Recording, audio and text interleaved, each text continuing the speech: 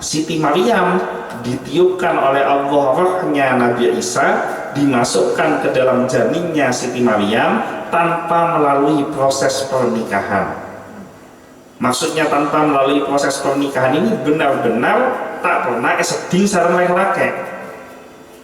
Cek pada sareng Maryam pucangan nom. Mun Maryam pucangan nom kandung mereka mesti seding sareng laki-laki.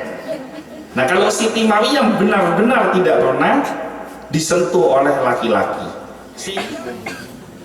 Assalamualaikum warahmatullahi wabarakatuh. Waalaikumsalam warahmatullahi wabarakatuh. Alhamdulillahilladzi anzalas sakinata fi qulubil mu'minin liyazdadu imanan ma'a imanihim. Asyhadu an la ilaha illallah wahdahu la syarikalah wa asyhadu anna Muhammadan abduhu wa rasuluh la nabiyya wa la rasula ba'dah. Allahumma shalli wa sallim ala sayyidina Muhammad al-fatih lima ughliqa wal khatimi lima sabaqa nasiril haqqi bil haqqi wal hadi ila siratikal mustaqim wa ala alihi haqqa qadrihi wa miqdarihil azim, amma ba'du.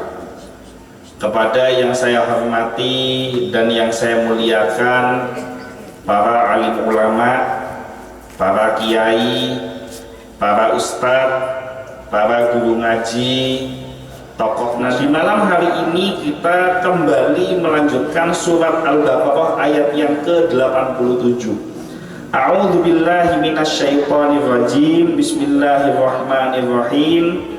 Walaqad ataina Musal kitaba wa qaffayna min ba'dihi birrusul wa ataina Isa ibn Maryam al-bayyinat wa ayyadnahu biruhil qudus. Afakullama ja'akum rasulun bima la tahwa anfusukum mustakbartum fafariqan kadzdzabtum wa fariqan taqtulun. Walaqad, dan sungguh benar-benar, ataina, telah kami datangkan Musa, Nabi Musa, Alkitabah, yang membawa Alkitab. Yang dimaksud Alkitab di sini adalah kitab Taurat. Wa qaffayna, dan kami susulkan setelah wafatnya Nabi Musa, min ba'dihi, setelah kepergian atau setelah wafatnya Nabi Musa, birrusul, dengan banyak rasul. Jadi utusannya mereka banyak. Lestarena Nabi Musa wafat oleh Allah, terus disusul para nabi dan rasul sampai kepada Nabi Isa alaihissalam. Jadi setelah Nabi Musa wafat itu tidak pernah satu kali pun terjadi kekosongan zaman di mana tidak ada nabi ataupun rasul. Baru terjadi kekosongan nabi dan rasul setelah kepergian Nabi Isa alaihissalam yang diangkat oleh Allah ke atas langit, kemudian menanti kedatangan Nabi Muhammad SAW yang kurang lebih sekitar 500 tahun. Jadi lestarena Nabi Isa diangkat ke atas langit, ada kekosongan Nabi dan Rasul kurang lebih sekitar 500 tahun. Setelah itu baru datang Nabi Muhammad SAW. Wa ataina Isa, wa ataina, dan kami datangkan Isa bin Maryam, Nabi Isa bin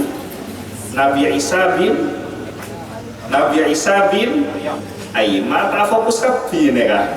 Nabi Isa bin Maryam, Isa bin Maryam, Nabi Isa bin Maryam al-bayyinat, dengan bukti-bukti. Maksudnya bukti-bukti mereka mukjizat yang dimiliki oleh Nabi Isa alaihissalam. Bedeseoning napa mukjizatnya Nabi Isa?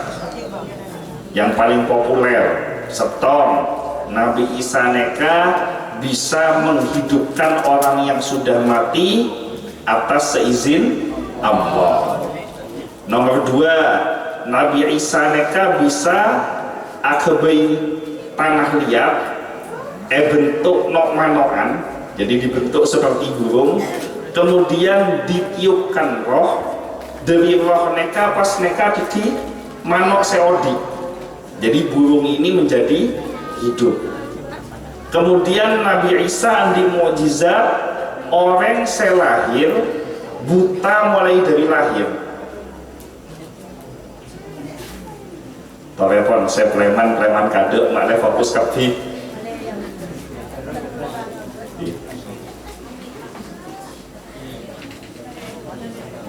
Celeng beda saya preman yang ngak-lengaan melor loh. Gula pas aku tabi siapa mau ngak-lengaan kapi nih kan? Betul lagi? Nabi Isa neka andi mukjizat, orang saya buta mulai dari lahir. Etekuk merepata sarang Nabi Isa neka atas izin Allah bisa ngabus polek. Jadi bisa bukan ngabus polek, bisa ngabus karena dari lahir pun buta, tapi bisa langsung melihat. Jadi didatangkan Nabi Isa dengan bukti-bukti berupa mukjizat yang diberikan oleh Allah. Wa ayyadnahu, dan kami kuatkan Nabi Isa bi Ruhil Qudus, dengan Roh Kudus. Afakullama ja'akum rasulun, apakah apabila didatangkan kepada kalian para rasul atau utusan yang membawa pengajaran tentang ajaran Allah, bima la tahwa anfusukum, yang mana pengajaran itu tidak sesuai dengan hawa nafsu kalian, istakbartum, kalian sombong dengan pengajaran tersebut. Fafariqan kadzabtum, maka sebagian dari para nabi dan rasul itu kalian dustakan. Wa fariqan taqtulun, dan sebagian dari para nabi dan rasul kalian bunuh. Nah, kajian tafsir neka selama bulan Ramadan sudah beberapa kata dibahas, dan malam semangken kita sampai pada pembahasan kata Ruhul Kudus, Roh Kudus. Siapa Roh Kudus yang dimaksud di dalam Al-Quran? Dalil yang paling kuat di dalam kitab tafsir Ibnu Katsir menunjukkan bahwa yang dimaksud dengan Ar-Ruh di dalam ayat ini adalah malaikat Jibril. Jadi Ar-Ruh itu adalah malaikat Jibril. Al-Qudus, Al-Qudus itu artinya yang maha suci. Itu diartikan sebagai Allah Subhanahu wa Ta'ala. Jadi Ruhul Kudus itu artinya malaikat Jibril neka adalah roh yang diciptakan oleh Allah yang maha kudus. Dan memang pada hakikatnya semua makhluk yang ada di alam semesta ini semuanya adalah milik Allah. Mangkana mon beda orang saya sobung omor sarang guruna dan gula sarang ajunan neka ceraki pakon maca innalillah wa inna ilaihi raji'un. Sesungguhnya semua adalah milik Allah dan semua akan kembali kepada Allah. Biasanya mon beda pengumuman neka karena masjid ngakui speaker pon atingkel dunia. Nah saya bener atingkel omor mon atingkel dunia neka kadang-kadang tak tepat. Saya mate otang ngabunya kocak atingkel dunia. Saya bener ka atingkel otang mon mate atingkel buko seraja motor banyak sabena banyak. Nah neka atingkel dunia angkuan mon banyak otang beli atingkel dunia atingkel otang. Jadi saya bener sobung omor. Nah ketika diumumkan sobung omor, maka kita mengatakan innalillah wa inna ilaihi raji'un. Ini kalimat yang sangat luar biasa, karena dengan kalimat ini manusia itu kan yang paling takut itu salah satunya adalah takut kehilangan. Yang sarung dan bulan mereka kan saya paling ketakoen mereka adalah bab kehilangan. Takut kehilangan orang yang dicintai, kehilangan orang tua, kehilangan suami, kehilangan istri, kehilangan anak, kehilangan cucu. Takut kehilangan harta yang dimiliki, takut kehilangan rumahnya, mobilnya, sepeda motornya, sawahnya, takut kehilangan nama baiknya, karena selama ini selalu dipandang baik oleh orang yang ada di sekelilingnya. Takut kehilangan jabatan yang dimiliki, mati-matian berjuang untuk menjadi pejabat, jadi patenggi, jadi bupati, jadi gubernur, sampai jadi presiden. Padahal kalau jadi pejabat selain petenggi paling ngabit neka 2 periode neka kan 10 tahun. Itu pun kalau tidak dijemput sarang KPK, menepek di KPK tak ada pak 10 tahun. Nah ini takut kehilangan. Nah maka dengan setiap ada orang yang meninggal, kita mengucapkan innalillahi wa inna ilaihi raji'un, itu menanamkan ke dalam diri kita bahwa apapun yang ada di muka bumi ini, bahkan diri kita sendiri adalah milik Allah. Nah maka karena milik Allah, ya terserah yang punya. Cak saya endi, saya tak endi, tak oleh norok ngatur. Yang tidak punya tidak boleh ikut-ikut ngatur. Yang ngatur yang punya. Nah maka ketika kita kehilangan, Allah mengajarkan melalui guru-guru kita dengan ucapan semuanya adalah milik Allah. Nah kata Ruhul Kudus itu maksudnya adalah bahkan sekelas malaikat Jibril sekalipun tetap itu adalah miliknya Allah yang Maha Kudus, Maha Suci, Al-Kudus.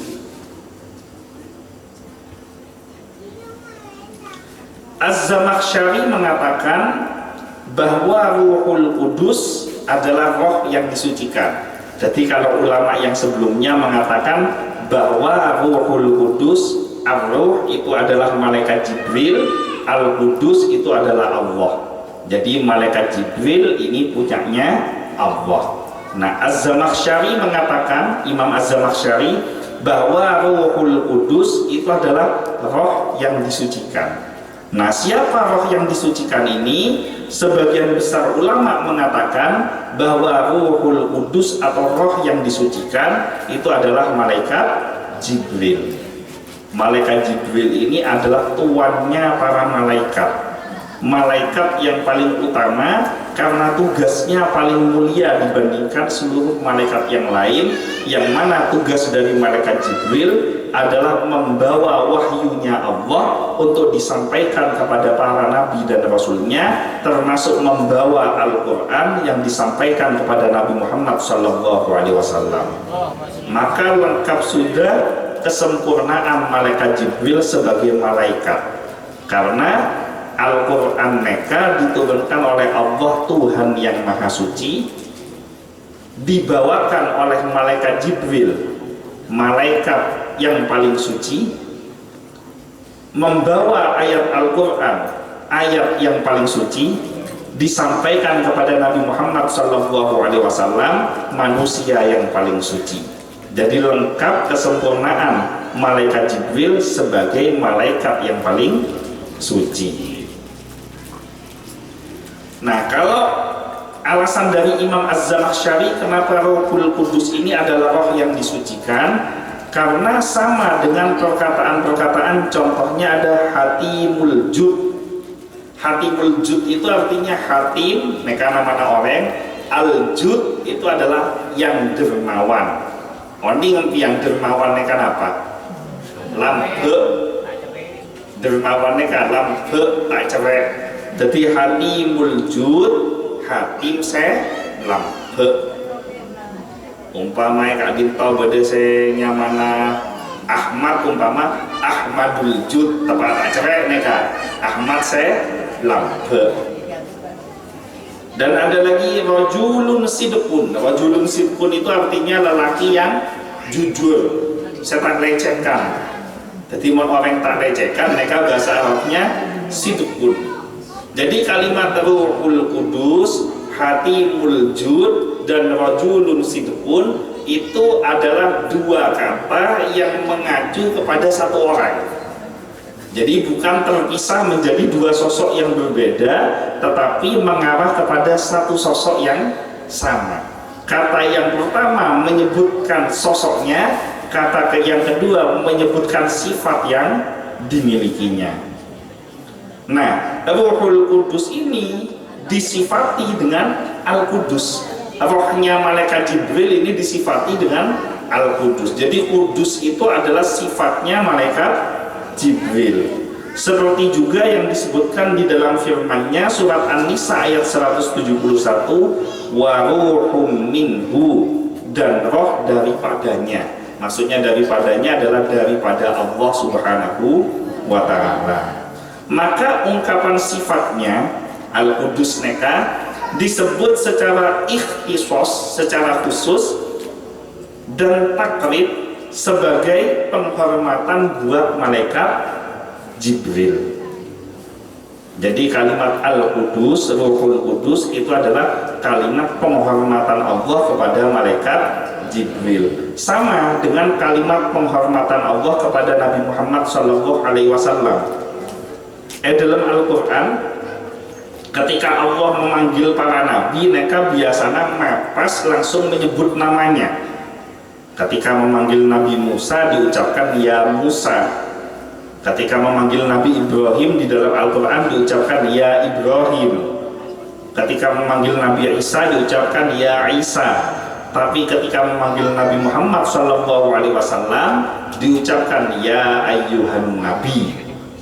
Jadi tidak mapas, tidak langsung menyebut nama Nabi Muhammad, tapi disebutkan gelarnya yaitu seorang Nabi. Bahkan di dalam surat Al-Isra, saya insya Allah sebagian besar sudah hafal, di situ ada satu kalimat yang menunjukkan penghormatan Allah kepada Nabi Muhammad, yaitu kalimat bi'abdihi. Subhanalladzi asra bi'abdihi. Maha suci Allah yang telah memperjalankan hambanya. Nah, kenapa kau bi'abdihi ini menjadi kalimat penghormatan kepada Nabi Muhammad SAW? Karena yang mengakui bahwa Nabi Muhammad itu adalah hambanya Allah adalah Allah langsung, bukan Nabi Muhammad kongakoh. Pada bayi saya paling gampang, beda orang sedeti ajudana Pak Tenggi. Pak Tenggi neka saya memberikan informasi neka ajudana denggulet. Nah, berarti artinya apa?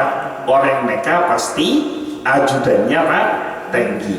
Tapi kalau sebaliknya beda orang saya ngocak engkau ya ajudana Pak Tenggi, maka bisa jadi ucapan ini hanya sekedar kongakoh, belum tentu benar-benar menjadi ajudannya Pak Tenggi. Nah, yang bidem gula neka bisanya cuma kongakoh jadi hambanya Allah, tapi belum tentu kita ini benar-benar diakui menjadi hambanya Allah. Tapi Nabi Muhammad SAW sudah mendapatkan kepastian dari Allah bahwa beliau benar-benar hambanya Allah dengan kalimat bi'abdihi.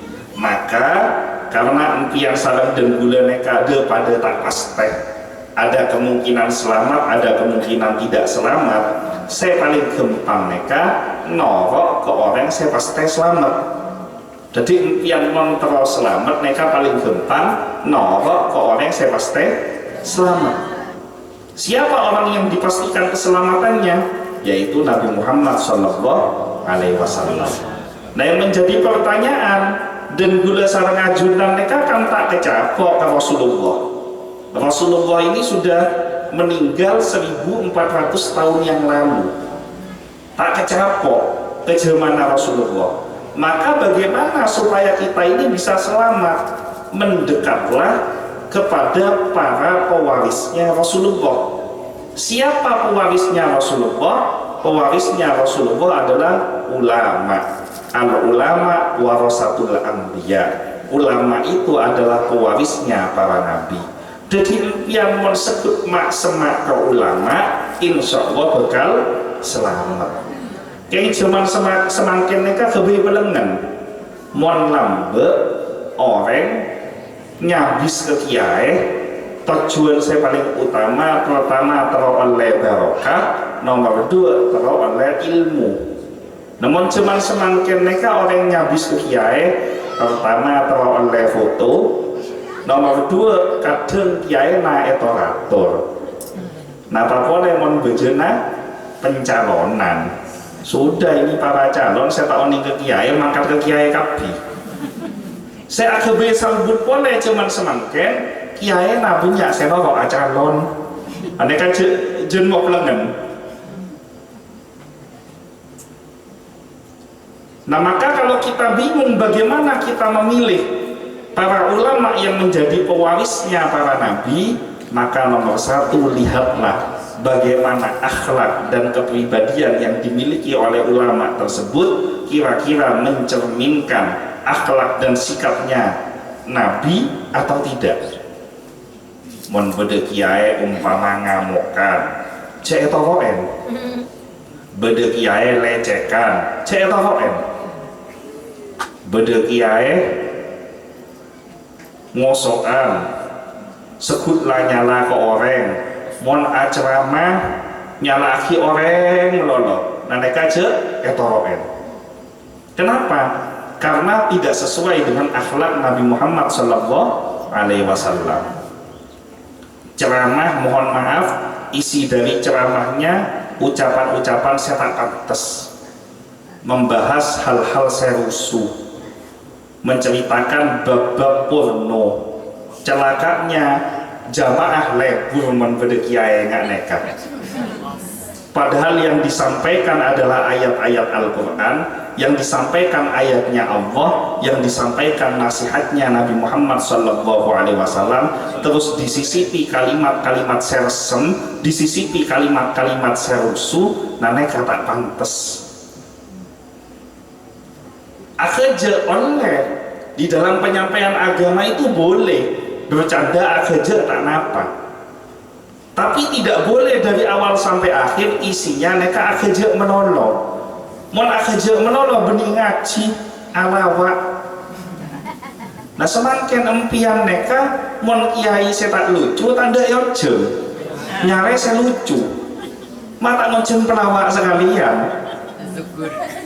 samisan lucu sekalian. Karena kalau dari awal sampai akhir isinya hanya akhirnya, terus mana nilai pengajarannya, manfaat dari kajian mereka apa, oleh nampian ngaji pas apa. Mon dari awal sampai akhir yang dicari ini hanya masalah lucu. Nggak apa-apa lucu. Rasulullah sendiri adalah orang yang suka humor. Guru-guru kita ini orang yang suka humor.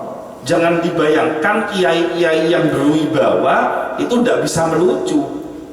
Para guru-guru kita itu kalau berkumpul dengan para sahabatnya, berkumpul dengan para keluarganya, mereka pun bersenda gurau. Tapi bercandanya tetap bercanda yang tidak keluar dari aturan syariat Nabi Muhammad SAW.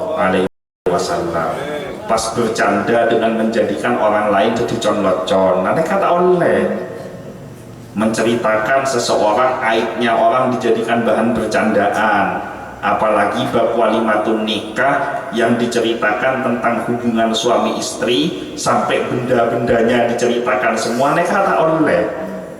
Kenapa? Karena tidak sejalan dan tidak pernah dicontohkan oleh Nabi Muhammad SAW dan para guru-guru kita. Kita lanjutkan. Jadi neka supaya impian neka tak kelerong ngaji ke kiai. Karena kiai neka ada kiai yang ulama yang hasanah, ada yang ulama isui. Nabi Muhammad SAW sudah meramalkan ini. sayati zamanun ala ummati ulama isu'i, akan datang suatu zaman di mana umatku akan kedatangan ulama-ulama yang sesat. Maka ditanyakan oleh para sahabat, ya Rasulullah, bagaimana kita bisa membedakan ulama yang sesat dengan ulama yang benar? Sementara surban yang dipakai sama, jubah yang dipakai sama, ayat yang disampaikan juga sama. Maka dijawab oleh Rasulullah, ulama isu'i, ulama yang sesat adalah ulama yang mana apa yang dia lakukan dan katakan tidak sesuai dengan tuntunan Nabi Muhammad Sallallahu Alaihi Wasallam. Jadi ngas teteh, jangan sampai kelero ngaji. Kita lanjutkan. Menurut pendapat yang lain, dikatakan demikian karena kejadian Nabi Isa alaihissalam bukan berasal dari apa yang dikeluarkan oleh sulbi. Sulbi ini air mani, dan rahim yang mengeluarkan darah haid. Jadi kenapa wa ayyadnahu biruhil qudus, dan kami kuatkan Nabi Isa dengan Roh Kudus, karena kedatangan tentang Nabi Isa ini sama dengan kedatangan Nabi Muhammad SAW, telah dikabarkan kepada para nabi dan rasul sebelum Nabi Isa. Jadi pada waktu itu ada seorang nabi namanya Nabi Imran. Ini tidak populer, tapi ada di dalam Al-Quran, namanya surat Ali Imran. Nah, ketika zaman Nabi Imran mereka dalam kitab orang Yahudi diriwayatkan, diramalkan bahwa sudah dekat waktunya akan datang sosok manusia yang luar biasa, yang cara kelahirannya ini khariqul ada, di luar kebiasaan yang semestinya, yang mana kedatangan manusia ini untuk meluruskan risalah dari Nabi Musa alaihissalam, yang mana kitab Taurat pada waktu itu sudah melenceng. Nah, Nabi Imran mereka di bini punya istri, istrinya sedang hamil. Diramalkan bahwa manusia yang luar biasa ini asalnya dari putranya Nabi Imran, si bayi yang sedang dikandung oleh istrinya. Jadi ramalannya seperti itu.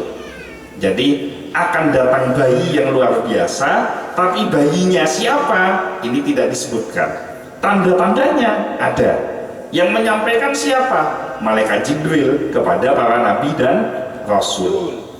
Nah, sehingga ketika hampir melahirkan, dan Nabi Imran ini wafat sebelum istrinya melahirkan.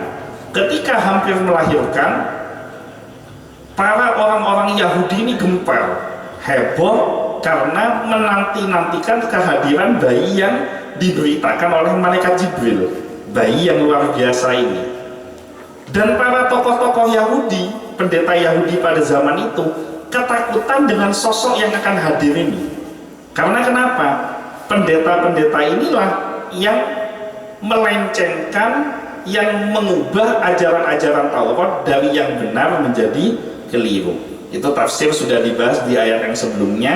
Fawailul lilladzina yaktubunal kitaba bi aydihim summa yaquluna hadza min indillah liyastaru bihi samanan qalila. Itu ayat ke-79. Celakalah orang yang menulis Alkitab dengan tangannya sendiri, kemudian mengatakan ini dari Allah untuk dijual dengan harga yang murah. Jadi para pendeta-pendeta Yahudi pada zaman itu ngobe isinya Alkitab, merubah isinya Taurat, mana yang menguntungkan untuk dirinya dibiarkan, mana yang merugikan dirinya dihapus, kemudian ditambahkan ajaran-ajaran yang menguntungkan dirinya, yang mana itu sebenarnya tidak ada di dalam kitab Taurat. Sehingga ketika berita ini sudah hangat, kalau bayi yang dikandung oleh istrinya Nabi Imran ini adalah bayi yang nanti-nanti, ini para pendeta ini ketakutan. Dalam kitab diterangkan nama pendeta yang paling utama ada dua. Yang pertama pendeta Yarbaum, yang kedua pendeta Yasakar. Nah, ternyata istrinya Nabi Imran ketika melahirkan bukan bayi laki-laki, tapi yang lahir adalah bayi perempuan, bayi bini. Sehingga akhirnya para orang Yahudi yang menantikan kehadiran bayi yang diramalkan ini kecewa kabeh. Kenapa kok yang lahir perempuan bukan laki-laki? Karena sudah menjadi syariat sejak zaman Nabi Adam bahwa yang ditakdirkan menjadi nabi itu adalah laki-laki, bukan perempuan. Maka kalau lahirnya perempuan sudah pasti ini bukan nabi. Nah, istrinya Nabi Imran kecewa, kemudian bermunajat kepada Allah. Isi dari munajatnya adalah mengadu kepada Allah bahwa beliau telah melahirkan bayi perempuan, yang mana perempuan tidak sama dengan laki-laki, bukan tidak sama secara derajatnya, karena laki-laki dimuliakan di satu kedudukan, wanita juga dimuliakan di kedudukan yang lain. Sehebat-hebatnya Nabi, tetap dia punya ibu. Maka walaupun si ibu ini bukan Nabi, tapi jadi ibunya Nabi. Pada semat keramat kiai pakun di embu.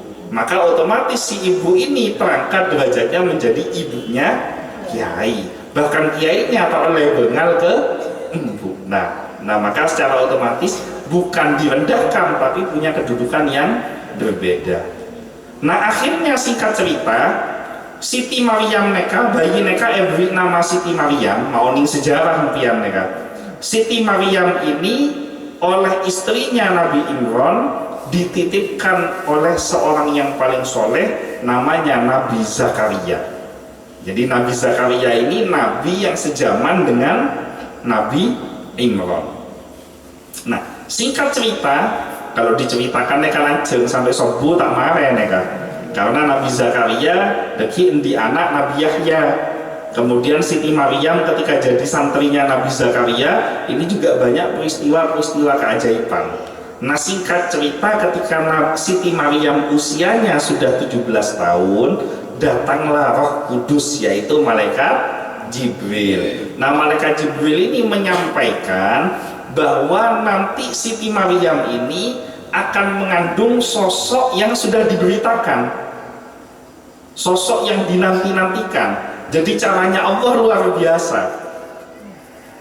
Bukan dari anaknya Nabi Imran, sosok orang yang luar biasa ini hadir, tapi justru dari cucunya Nabi Imran. Nah, Siti Maryam ditiupkan oleh Allah rohnya Nabi Isa, dimasukkan ke dalam janinnya Siti Maryam tanpa melalui proses pernikahan. Maksudnya tanpa melalui proses pernikahan ini benar-benar tak pernah seding sareng laki-laki. Cek pada sareng Maryam pucanganom. Mun Maryam pucanganom kandung mereka mesti seding sareng laki-laki. Nah, kalau Siti Maryam benar-benar tidak pernah disentuh oleh laki-laki, sehingga protes Siti Maryam ketika didatangi oleh malaikat Jibril bahwa beliau akan mengandung sosok yang sangat luar biasa. Ini protes kepada malaikat Jibril, bagaimana aku bisa mengandung sementara aku tidak pernah bertemu dengan laki-laki, tidak pernah bersentuhan dengan laki-laki.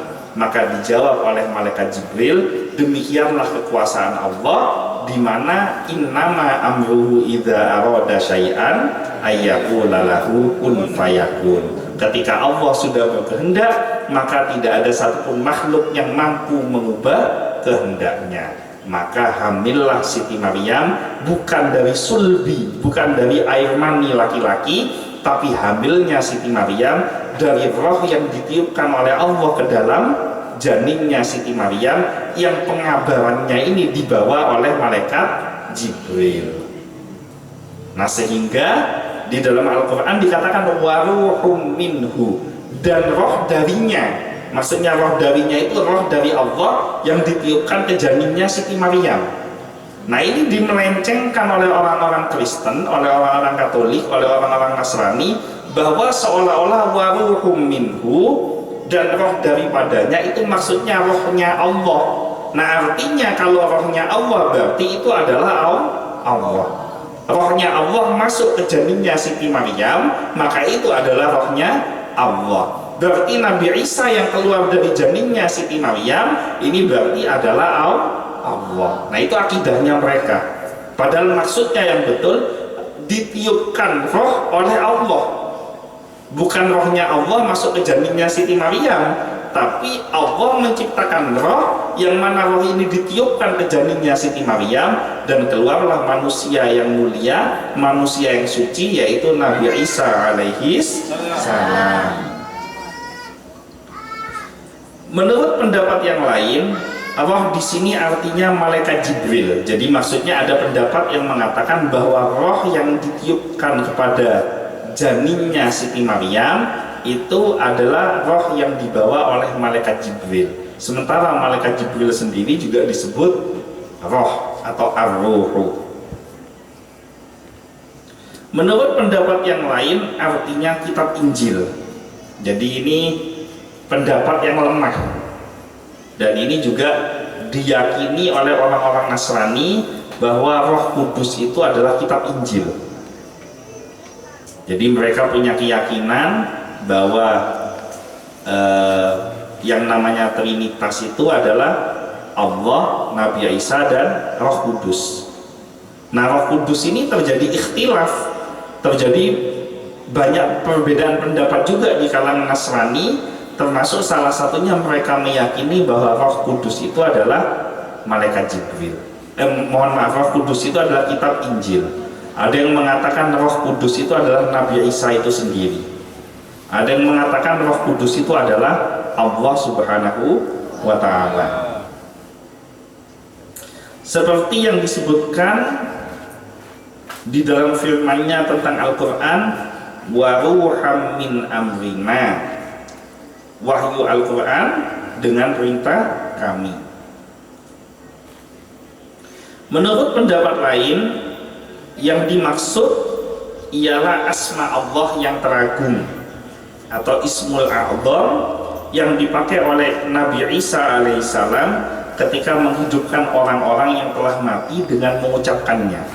Ismul A'zam neka adalah ucapan yang diajarkan oleh Allah melalui malaikat Jibril kepada Nabi Isa dan kepada para nabi dan rasul, yang mana ucapan ini ketika diucapkan itu akan memberikan dampak yang besar, termasuk ketika menghidupkan orang yang sudah mati itu ada bacaan yang diucapkan. Nah itu namanya Ismul A'zam.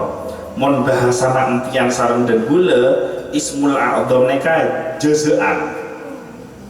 Oni empian ke jezaan. Nah, Ismul A'zam wiritan yang diijazah itu pasti sambungannya kepada Allah.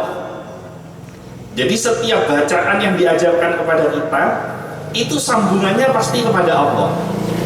Dan wiritan yang dibaca dengan penuh keyakinan kepada Allah ini pasti akan memberikan manfaat, memberikan dampak, walaupun macana keleroh. Mereka beda kededian. Orang pun sepo nyabis ke kiai. Setelah nyabis ke kiai, minta diijazah wiritan tertentu, terus oleh wiritan ijazah wiritan sareng kiai. Nah karena kiai neka oni neka pon sepo, mau beri wiritan selanjeng neka takut tak kenal. Jadi beri saya pandek, seneka konbah empian neka benare lestarena abejeng maca ya hayyu ya qayyum 111 kali. Pokok mawe sobu ya hayyu ya qayyum 111 kali. Dikit duhur ya hayyu ya qayyum 111 kali sampai isya istiqomah. Nah preman dari jelema kiai tepat orang coba nih kan tak bisa maca ya hayyu ya qayyum, kelero macana. Jadi maca ya hayyu ya qayyum neka abine ya kayuku ya kayumu. Mesti kan ya hayyu ya qayyum ya hayyu ya qayyum neka lain abirita. Ya kayuku ya kayumu ya kayuku ya kayumu. Istiqomah neka. Bojona sobu ya kayuku ya kayumu. Deki duhur ya kayuku ya kayumu ya kayuku ya kayumu terus neka. penuh keyakinan. Nah, suatu saat terjadi musibah di desa tersebut, bungkona penduduk desa neka ketonan kabeh. Nah, mbah neka paling melarat. Selain bungkona neka pun tembok gedung, nah bungkona mbah neka tabing paling melarat. Nah, ajaibnya rumah para penduduk yang tembok ini kabeh ketonon. Sementara bungkona dalam mbah saya melarat neka, saya tabing neka selamat tak ketonon tibi. Nah, akhirnya para tetangga neka penasaran, bah impian neka mak bisa selamat di ilmu napa tak oni gule cong gule neka kun karena yang kudu jadi gule neka kun ngelaksana aki napa saya perintah aki sareng kiai bi kiai gula ebwi wiwitan ejeze dan pian ebwi ejeze napa pakon maca kaju 111 kali yo kayuku yo kayumu mangka natang kaju selamat tibi kaju napa entak selamat. Nah, ini barokah dari Ismul A'zam yang diajarkan oleh Allah melalui malaikat Jibril kepada para nabi dan rasul sampai kepada guru-guru kita sampai kepada kita. Jadi tekan kelero, tapi kalau yakinnya betul itu akan dilindungi oleh Allah. Akan terjadi wiwitan ini memberikan manfaat kepada diri kita. Jadi impian tekan roh kelero maca apa istiqomah bon. Napa saya pakon sareng guru. Wiwitan pilih saya paling cocok ke apa? Kalau ada yang senang sholawat, ya teruskan baca sholawat. Kalau yang senang istighfar, istiqomah baca istighfar. Apapun wiwitannya, kuncinya istiqomah. Mon istiqomah maka akan menjadi Ismul A'zam, akan menjadi wiwitan yang benar-benar agung, yang menjadi penyelamat untuk dirinya atas izin Allah. Nah, begitu juga Nabi Isa alaihissalam untuk menghidupkan orang yang sudah mati, ini ada Ismul A'zamnya. Maka dengan Ismul A'zam ini orang yang saya mati bisa odi barokah dari Ismul A'zam, dari wiritan. Nah, wiritan ini akan ada dampaknya kalau yang pertama ada sanadnya. Jadi ada yang mengijazah. Dan yang mengijazah wiritan ini, ilmu ini ikhlas ketika dia mengijazah. Dan yang mengamalkan dengan penuh ketakliman dan keyakinan. Pada contohnya yang kalimat takbir Allahu Akbar. Semakin Allahu Akbar mereka kan naik ke demo. Mendemo waktu-watan Allahu Akbar, tapi tidak ada nilai seterumnya mereka sobung. Orang semakin atuat ngocak takbir seterusnya sobung.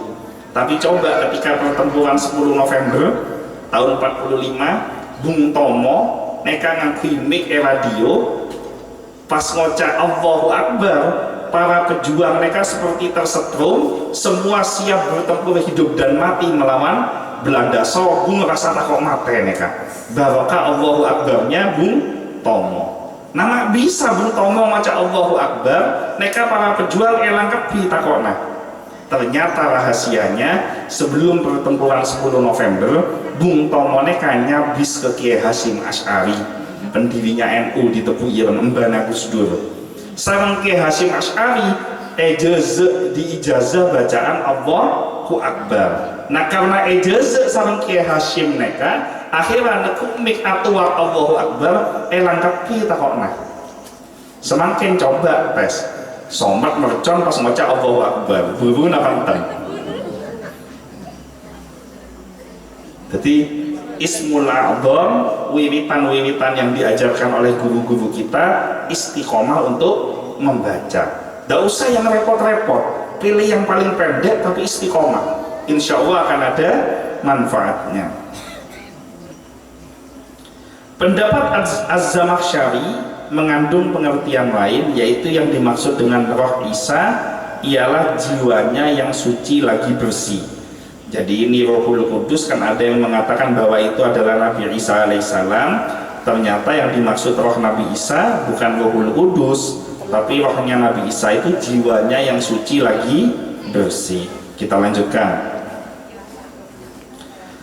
Az-Zamakhsyari mengatakan sehubungan dengan tafsirnya, fa fariqan kadzabtum wa fariqan taqtulun.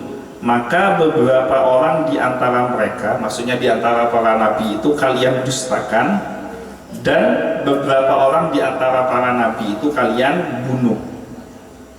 Sesungguhnya dalam ayat ini tidak dikatakan wa fariqan qataltum, dan beberapa orang dari para utusan itu telah kalian bunuh, hanyalah karena yang dimaksudkan mencakup pula masa yang mendatang. Jadi maksudnya gini, wa fariqan qataltum itu tidak hanya nabi yang berhasil mereka bunuh. Kan kalau di ayat sebelumnya diterangkan bahwa salah satu hobinya Yahudi mereka adalah matein para nabi. Nah, ternyata yang dimaksud ayat ini tidak hanya nabi yang berhasil dibunuh, tapi niatan mereka untuk membunuh para nabi. Dan ini pernah terjadi pada zaman Nabi Muhammad SAW. Saya Dima orang Yahudi mereka pernah berupaya berencana untuk membunuh Rasulullah di dalam perang Khaybar. Jadi mereka membunuh Nabi SAW dengan racun dan sihir. Jadi di dalam riwayat diterangkan Rasulullah pernah dilakukan percobaan pembunuhan, pertama menggunakan sihir. Nah, barokahnya Rasulullah disihir, maka turunlah ayat-ayat untuk nolak sihir. Nah, apa ayat-ayat untuk nolak sihir? Ini diijazah oleh Rasulullah langsung, yang diajarkan oleh para nabi dan rasul. Insya Allah saya hadir Kak Dinto, beda saya pernah santet ki. Mak dusto saya nyaut. Nah, empian tak usah ngepelengen. Neka santet per orang neka ngepelengen akhirnya nyabis cem-macem orang akhir kelero akhirnya. Mon minta doa kiai tak napa, seentar kedukon. Mon kedukon apa? Karena mon kedukon empian aja lagi ilmu setan.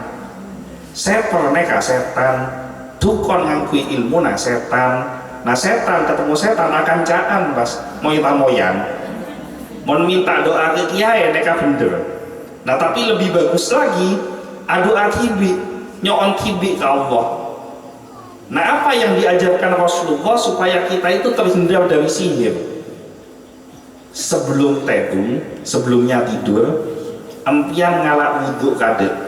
Ini ajaran Rasulullah neka, sahih neka, sanadnya mutasil sampai langsung kepada Rasulullah. Sebelum tidur ngalak wudhu, lestarena ngalak wudhu, cek langsung tedung. Empian maca pertama Kul huwallahu ahad telo kalih. Kul a'udzu birabbil falaq sekalih. Kul a'udzu birabbin nas sekalian. Al-Fatihah sekalian. Al-Baqarah ayat 1 sampai 5. Alif lam mim sampai ulaika humul muflihun satu kali. Wa ilahukum ilahu wahid la ilaha illa huwa rahmanur rahim satu kali. Maca ayat kursi satu kali, ditutup dengan 3 ayat terakhir surat Al-Baqarah. Lillahi ma fis samawati wa ma fil ardh sampai ke wa'fu anna waghfir lana warhamna anta maulana fansurna alal qaumil kafirin. Tangan neka esrop pas lestarena esrop osa pagi ke satu badan, sekujur tubuh ini diusapkan pas teh dumpian. Insya Allah saya pernah model apa tak kira masuk kengpe istiqomah, karena ini diajarkan langsung oleh Nabi Muhammad SAW. Dan Nabi Muhammad sendiri penyebab ayat ini turun yang diajarkan langsung oleh malaikat Jibril karena pernah menderita sakit karena disihir, karena eseper. Nah banyak bacaan termasuk Rotibul Haddad neka saya istiqomah baca benar neka tolak sihir juga. Ada kalimat a'udzu bikalimatillahi tammati min syarri ma khalaq. Ini ajaran Nabi untuk tolak sihir. Bismillahilladzi la yadhurru ma'asmihi syai'un fil ardi wala fis sama'i wa huwas samiul alim. Tolak sihir. Kan itu kan ada semua.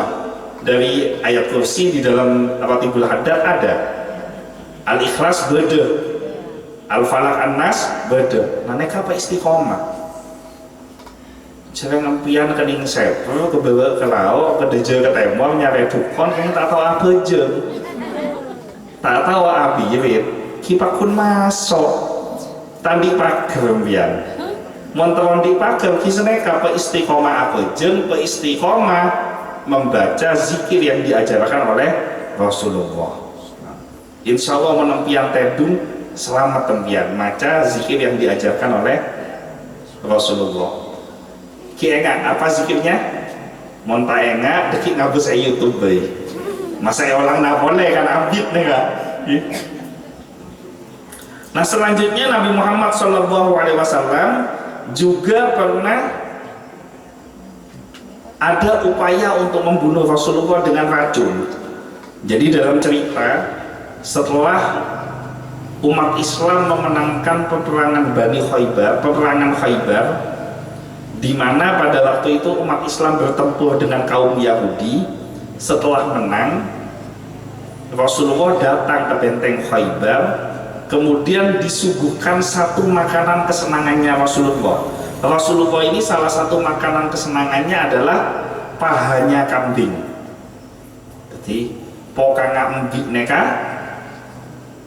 apa etonoh dibakar. Nah ini adalah makanan kesenangan Nabi Muhammad. Nah sehingga ada salah seorang wanita Yahudi yang dengan sengaja membuat makanan kesukaan Nabi, kemudian dimasukkan racun di situ dan diserahkan kepada para sahabat.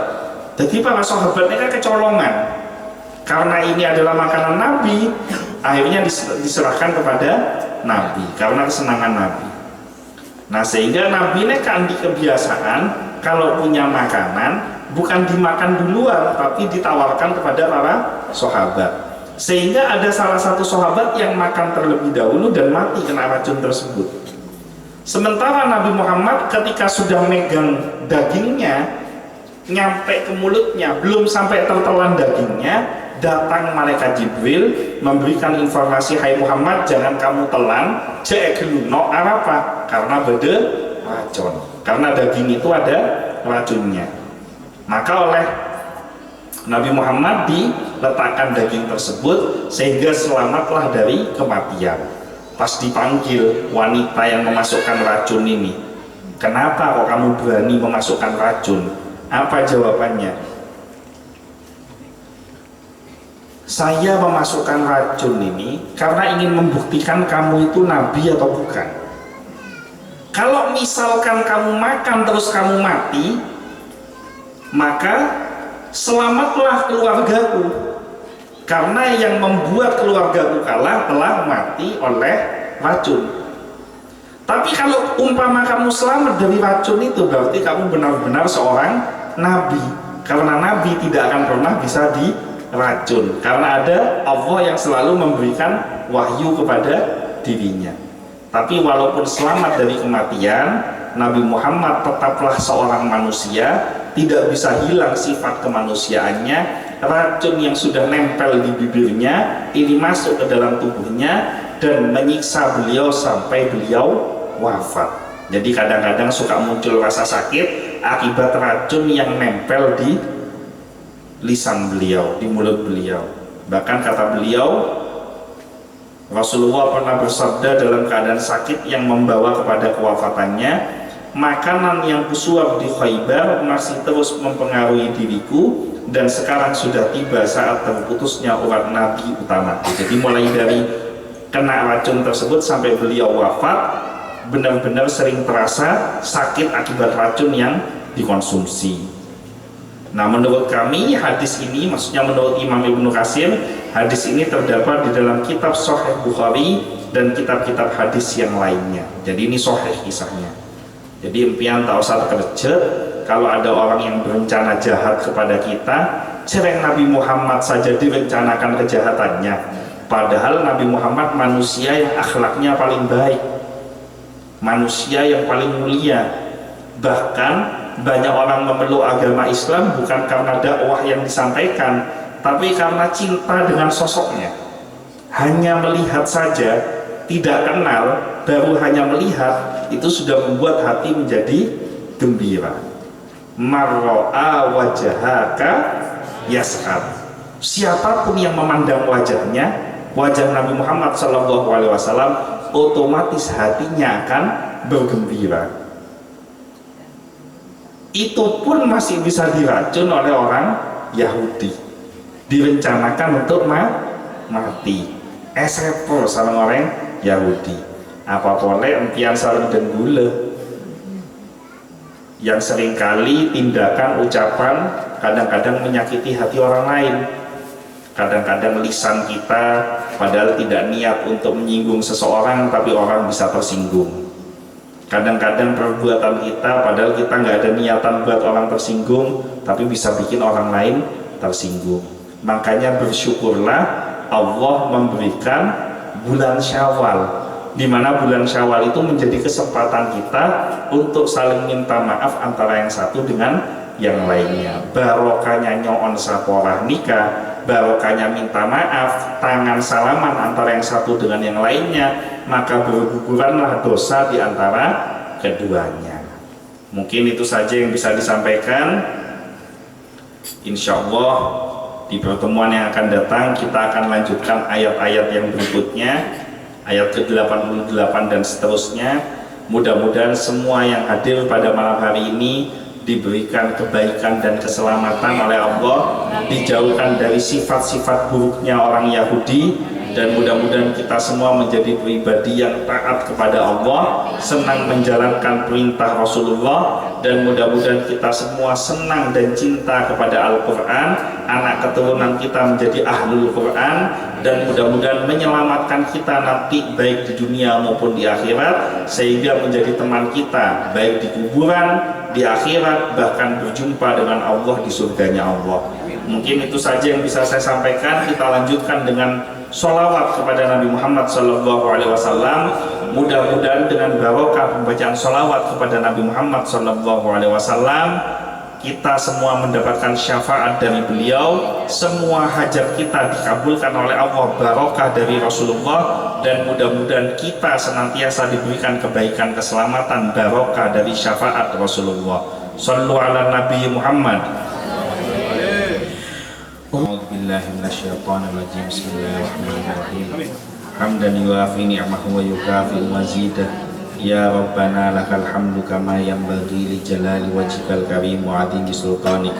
Allahumma shalli ala sayyidina Muhammadin sholatan tunjina biha min jami'il ahwali wal afat, wa taqdi lana biha jami'al hajat, wa tutahhiruna biha min jami'is sayyi'at, wa tarfa'una biha indaka 'ala darajat, wa tuballighuna biha aqsal ghayat min jami'il khairati fil hayati wa ba'dal mamat.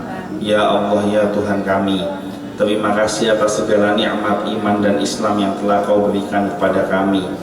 Jadikanlah kami menjadi orang-orang yang istiqamah menjaga ketaatan kami kepada Engkau, istiqamah menjaga ibadah kami, istiqamah menjaga amalan kami, istiqamah dengan bacaan Quran kami, istiqamah dengan sholat kami. Ya Allah, ya Tuhan kami, jikalau seandainya ada yang hadir pada malam hari ini diuji dengan sakit, baik dirinya maupun keluarganya, maka angkatlah penyakitnya ya Allah. Jadikan setiap sakit yang diderita menjadi penyebab terhapusnya semua dosa dan diangkatnya derajat di sisimu ya Allah. Ya Allah, jikalau seandainya ada yang hadir pada malam hari ini diuji dengan kesulitan ekonomi, diuji dengan hutang yang banyak, maka berikanlah rizki yang banyak dan barokah kepada kami ya Allah. Lunaskanlah seluruh hutang-hutang kami ya Allah. Jauhkanlah kami dari rizki yang haram, jauhkanlah kami dari riba ya Allah. Ya Allah, ya Tuhan kami, berikanlah kepada kami ilmu yang manfaat, ilmu yang bisa memberikan kebaikan dan keselamatan untuk orang-orang di sekeliling kami. Ya Allah, ampunilah seluruh dosa yang pernah kami kerjakan, baik dosa yang kecil maupun yang besar, sengaja maupun tidak sengaja, karena kami sadar bahwa setiap waktu yang telah kami lalui pada hakikatnya mendekatkan diri kami kepada jadwal kematian kami. Maka jikalau telah tiba waktu ajal menjemput kami, wafatkan kami di dalam keadaan yang terbaik, di dalam kondisi yang terbaik, di dalam waktu yang terbaik, dalam keadaan kami menjaga sholat, dalam keadaan kami menjaga wudhu, dalam keadaan kami membaca Al-Quran, dalam keadaan kami tidak bermaksiat, dalam keadaan kami taat kepada Engkau ya Allah. Ya Allah, ampunilah segala kesalahan kedua orang tua kami, baik kesalahan yang besar maupun yang kecil, sengaja maupun tidak disengaja. Jadikanlah semua yang hadir pada malam hari ini keluar dari majelis ini bersih dari dosa ya Allah. Ampunilah kesalahan kedua orang tua kami, terimalah semua kebaikan kedua orang tua kami.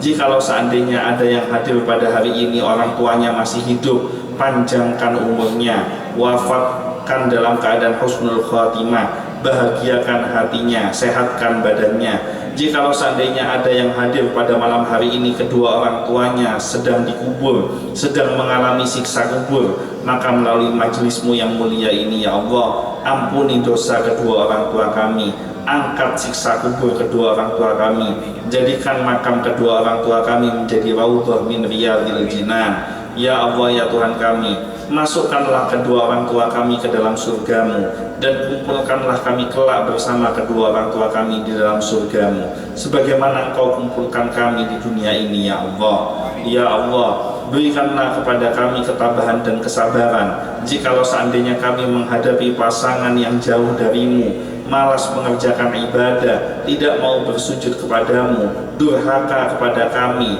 sering menzalimi kami. Maka melalui majelismu yang mulia ini ya Allah, berikanlah hidayah kepada istri kami, lembutkanlah hatinya, dan tabahkan kami di dalam menghadapi pasangan hidup kami ya Allah. Ya Allah, anugerahkanlah kepada kami anak-anak yang solih dan solihah, anak-anak yang bisa memberikan kebaikan dan keselamatan kepada kami, anak-anak yang bisa menyelamatkan kami di alam kubur, anak-anak yang bisa menyelamatkan kami di akhirat kelak, anak-anak yang bisa mengantarkan kami kepada surgamu ya Allah. Ya Allah, hanya kepada Engkaulah kami memohon. Kami yakin setiap doa yang kami panjatkan pasti akan Engkau kabulkan. Maka melalui majelismu yang mulia ini ya Allah, kabulkanlah seluruh hajat kami. Jangan Kau kecewakan setiap yang hadir pada malam hari ini ya Allah. Jadikanlah setiap doa yang kami panjatkan menjadi doa yang Kau kabulkan ya Allah. Karena kami hanya meminta kepadamu, kami hanya menyembah kepadamu, kami hanya memohon kepadamu. Rabbana zalamna anfusana wa illam taghfir lana wa tarhamna lanakunanna minal khasirin. Allahumma jammilna bil afiyati was salamah wa haqiqna bit taqwa wal istiqamah wa a'idna min mujibatin nadamah innaka sami'ud du'a. Rabbi fanfa'na bi barakatihim wa hdinal husna bi hurmatihim wa amitsna fi tariqatihim wa mu'afati minal fitani. Rabbana atina fid dunya hasanah wa fil akhirati hasanah wa qina adzabannar. Subhana rabbika rabbil izzati amma yasifun wa salamun alal mursalin walhamdulillahi rabbil alamin. Al-Fatihah. Alhamdulillahi rabbil alamin arrahmanir rahim maliki yaumiddin. Iyyaka na'budu wa iyyaka nasta'in ihdinas siratal mustaqim siratal ladzina an'amta 'alaihim ghairil maghdubi 'alaihim waladdallin. Informasi pengajian yang berikutnya 2 minggu yang akan datang, untuk tempatnya menyusul nanti akan diinformasikan. Mudah-mudahan semuanya senantiasa diberikan kesehatan dan umur panjang. Mudah-mudahan kita berjumpa kembali di kajian 2 minggu yang akan datang. Saya secara pribadi mohon maaf yang sebesar-besarnya apabila ada kata-kata yang kurang berkenan. Dan seperti biasa, jangan pulang dulu, kita sama-sama melantunkan doa qad kafani. Mudah-mudahan dengan barokah doa qad kafani, hilang semua kesulitan kita, diangkat kesulitan kita oleh Allah, dimudahkan segala urusan kita. Sekian, kurang lebihnya mohon maaf. Wallahul muwaffiq ila aqwamit thoriq, wabillahi taufiq wal hidayah. Wassalamualaikum warahmatullahi wabarakatuh.